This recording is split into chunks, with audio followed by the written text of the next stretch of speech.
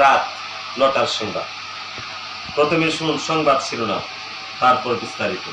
আর পুরো খবরটি নিয়ে আছি আমি মোহাম্মদ লিটন বেলায়েতি, আর খবরটি পাঠ করছি মোহাম্মদ আলমগীর বেতার কেন্দ্র থেকে। বেতার কেন্দ্রটি অবস্থিত গড়োয়া বাজার।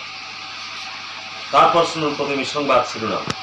আজকের প্রধান শিরোনাম হচ্ছে, গড়োয়া বাজার হতে একটি রাস্তা বের হয়ে ইতালি পর্যন্ত করা হবে, যা দিয়ে যোগাযোগ করবে এনসিপি, মশা এবং সংলগ্ন এলাকার। তারপর সোনাগালী গ্রামের খবর।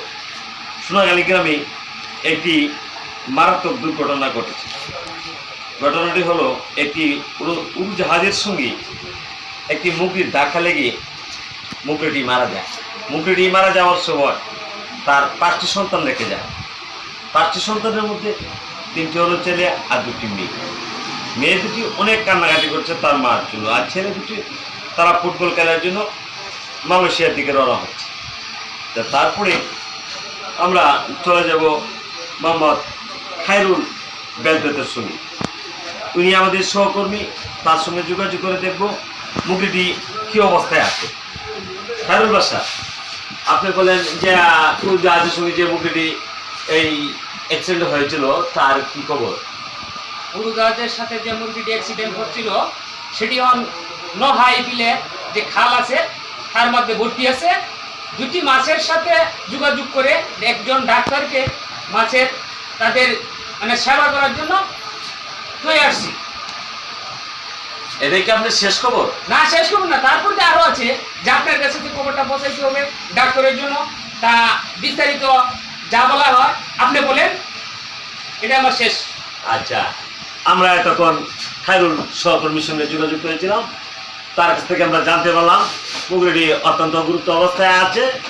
আচ্ছা, যাই হোক, পরের খবরে যাচ্ছি। আমাদের গড়োয়া বাজারে একটি নতুন দোকান হয়েছে। দোকানের মালিক হচ্ছে মোহাম্মদ রাজন মিয়া। তিনি দোকান দিয়েছেন পেঁয়াজ, মরিচ, ডাল, হলুদ, লবণ, তেল এবং সাথে আছেন বিকাশ, নগদ উপায়। তিনি মানুষের সেবায় দৌড় করে পৌঁছে দিচ্ছেন। তার মধ্যে একটি মারাত্মক খবর হলো, মোহাম্মদ রাজন মিয়া তার মোবাইল থেকে 30 লক্ষ টাকা হ্যাক হয়েছে। তার বিকাশ এজেন্ট চেক করে দেখা হয়েছে যে না, তার মোবাইলে কোনো টাকাই আসে নাই।